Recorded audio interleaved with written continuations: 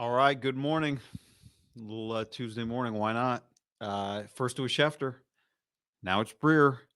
Things are moving. Big week Monday for 49ers quarterbacks. What's going on, everybody? I'm Guy. Starting the day with a little bit of, or a lot of bit of coffee. First cup right here, Tuesday morning. And I hope you guys are good. All right, let's get into it. Let's move quickly. The key is to dive in and then we can circle back to stuff. But remember last week, we talked about Adam Schefter saying, Darnold, this is with McAfee. Darnold ahead of Lance. Breer yesterday, on with Cowherd. Here's another one, right? On the same day that Brock Purdy starts his rehabbing in Jacksonville, or his throwing program, not his rehabbing, his throwing program in Jacksonville, which is something we can get to in a second. But this was the Breer quote. Darnold, I think, would take the first snap of training camp. Doesn't mean Trey Lance can't come back and work his way forward, but I think they feel like they've already given this guy a lot of chances. Okay. So, this always happens because people always bring up the draft and Mac Jones. As more and more people report kind of the same thing, we have the same debate. Is it groupthink or is this what they're being told? And reiterate, it's Schefter and Breer. So, you tend to lean this is what they're being told. I do. These guys know. Now the question became if Purdy's only available for, let's say week 1, week 2, you need a short term. What do you do? This is what he said. Now you're talking about something different. You're not talking about developing the quarterback for the playoffs. You're talking about the guy who can keep you afloat for a month, right? Again, month seems strong. That would be Darnold over Trey Lance at this point, even if Lance has the higher ceiling. So it is possible. One thing this is probably obvious in hindsight. Maybe you guys have thought of this already, but watching that Breer clip, the one thing that comes out, at least in my mind, was it's possible that this is less about ability, less about like if we had to move forward for the next 3 years right now with either Darnold or Trey Lance, who would we choose? That it's less about that and more about if we have to fill a week at the beginning of the year or maybe a week at the beginning of the year, and who knows what happens a week in November, is it easier to transition to Darnold because the game plan doesn't change? Because you don't have to, or not have to, you don't begin to mix in all the running that Kyle Shanahan, it's not a debate, feels like he needs to do if Trey Lance is his quarterback.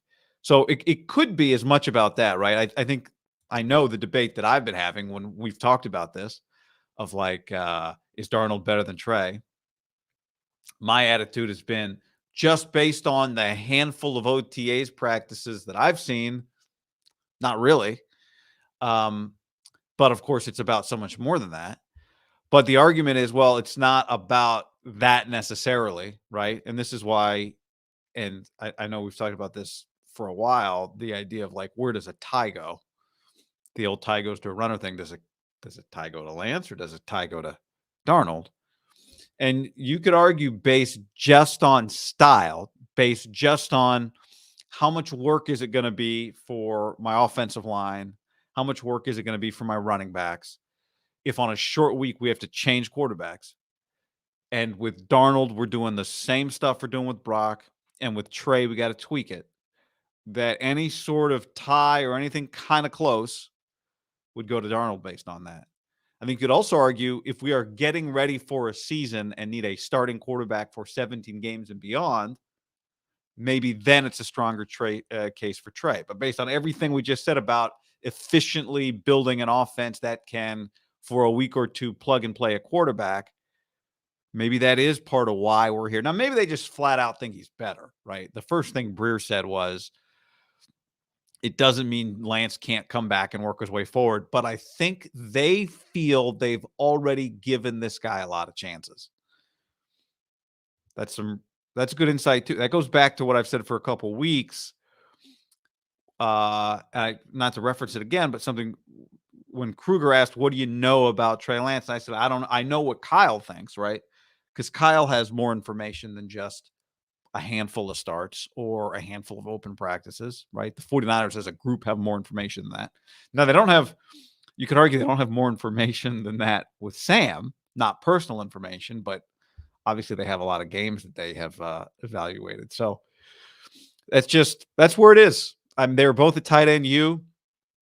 Keep in mind, tight end U, which was just a bunch of, it was Beathard and Mullins, Josh Allen, Trey Lance, Sam Darnold. Tight end U is not a quarterback camp.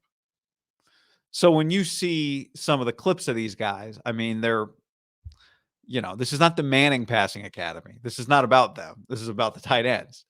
So they're not exactly there honing their skills. If you watch some of these clips, they're basically it looks from the clips I saw like they're basically, camp arms. So tight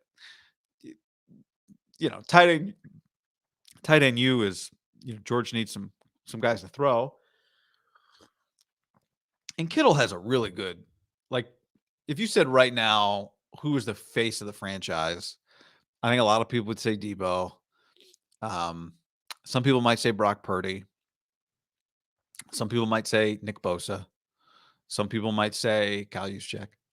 Some people, but I think it's Kittle. It's Kittle. Kittle, I think, would have the highest kind of Q rating if you took his picture and took it to casual people. He also, though, does a lot of the leadership stuff that quarterbacks typically do. And, reading some of his quotes from tight end U,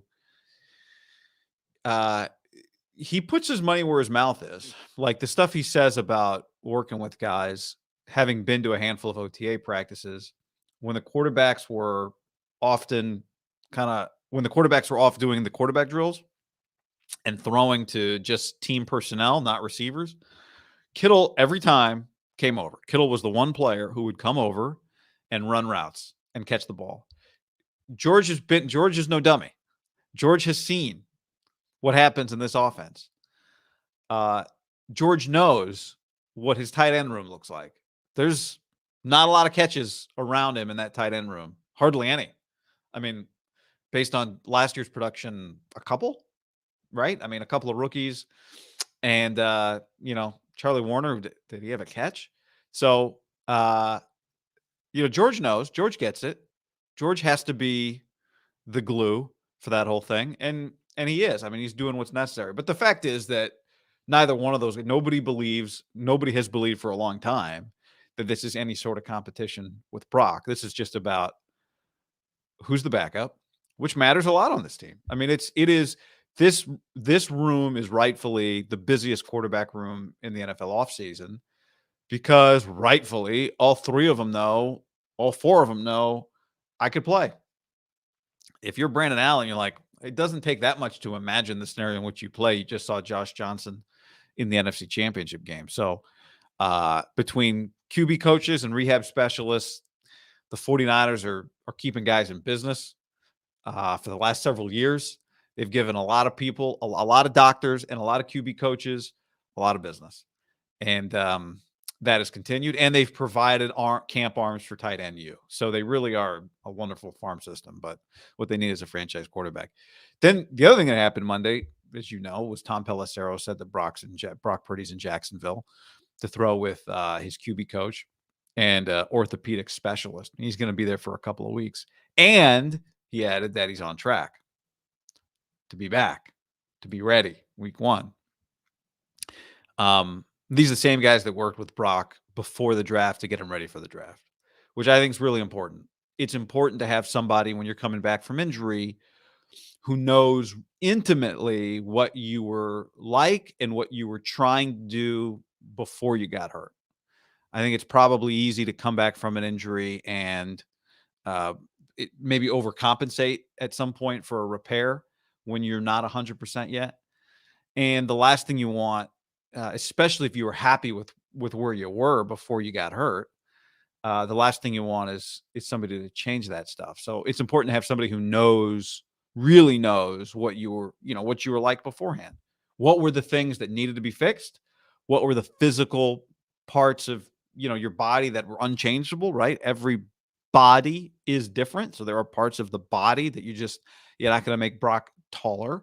So they'd spent a lot of time already catering the mechanics to what he does best, and we saw it work right before he got hurt. So I think it's pretty critical that he's back with the same guys.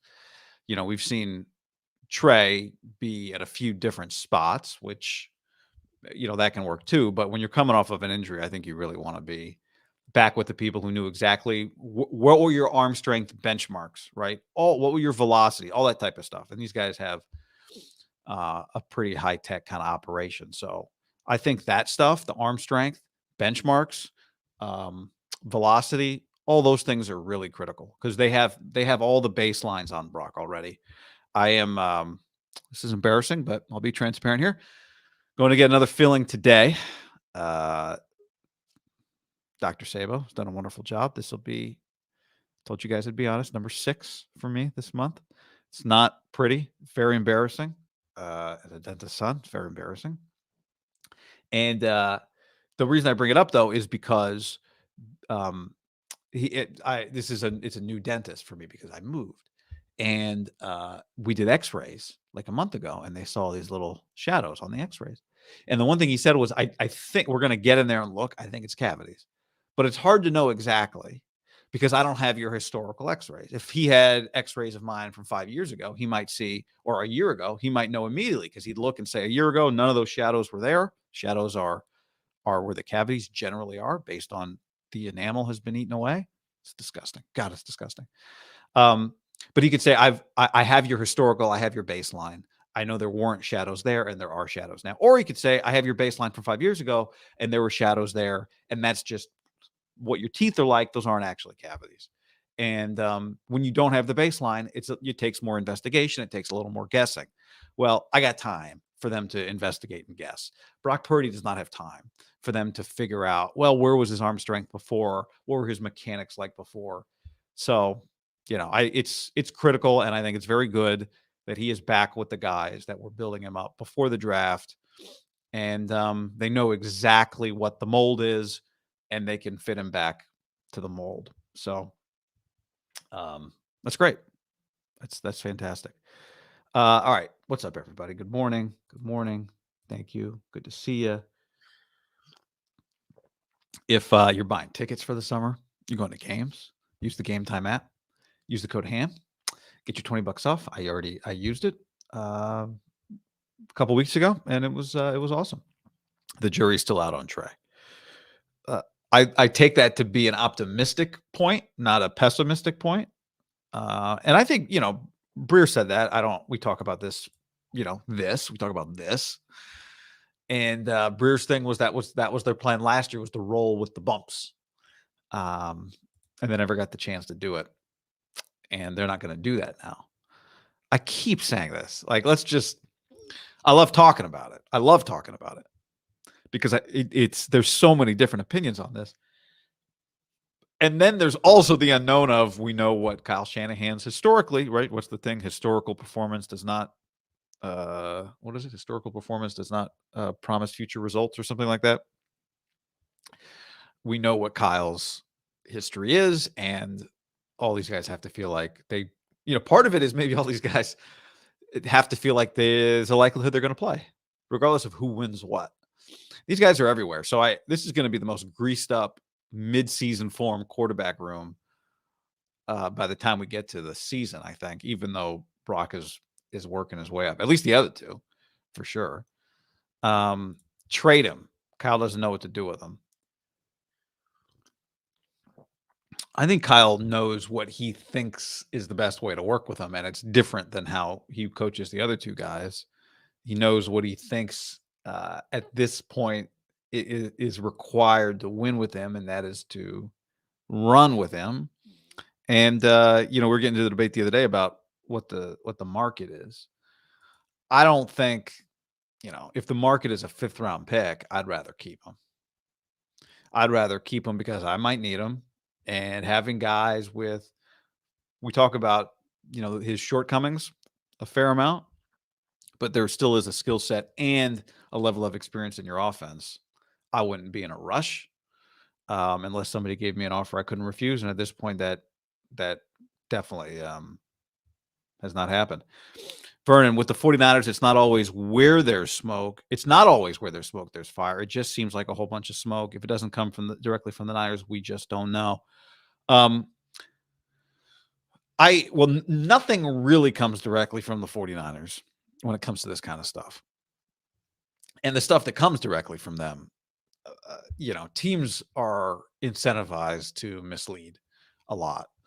And I think that's part of what happened back. This always gets brought up with the Mac Jones, Trey Lance pick. Historically, though, with the San Francisco 49ers, even pre-Lynch and Shanahan, and definitely post-Lynch and Shanahan, the National, the Breer, the Schefter, they've got a line. They've got a line to these guys. So I think it's more than smoke that both Breer and Schefter have said now the same thing in about a week's time. With the Niners O-line, do you think it's smart to start Brock week 1 after spending an offseason rehabbing and most likely not playing any preseason games against that Steelers defense? Well, maybe the O-line is going to be good. I mean, maybe Burford's ready to roll. Trent, McKivitz, maybe it's just good. Maybe it's going to be the same offensive line from the jump, right? Burford, if he's not rotating anymore, in some ways it might be a better offensive line. So, no, I would not hold Brock if you think he's ready just because you're worried about, the Steelers week 1 and your offensive line. I think you just got to play him if he's ready. I think you got to play him. X-Doc didn't send the old X-rays. Didn't even ask. I didn't. I don't know how those X-rays, I don't remember taking them. It must have been several years. And I didn't want to go through all that. I didn't want to call. I guess they could have called, but I didn't want to do all that. So, at this pace, I would say my guess is we're going to get in the next week a Florio or a Peter King or a Garofolo, or a Michael Lombardi. Lombardi's not, a reporter like those other guys. Oh, have we had a Jeff Darlington? We usually get a Jeff Darlington usually swings in with a little. I think we'll get another one of these Darnold Trey things soon. And then we'll go, all right, well, there's Brigger, there's Schefter now. There's another one. I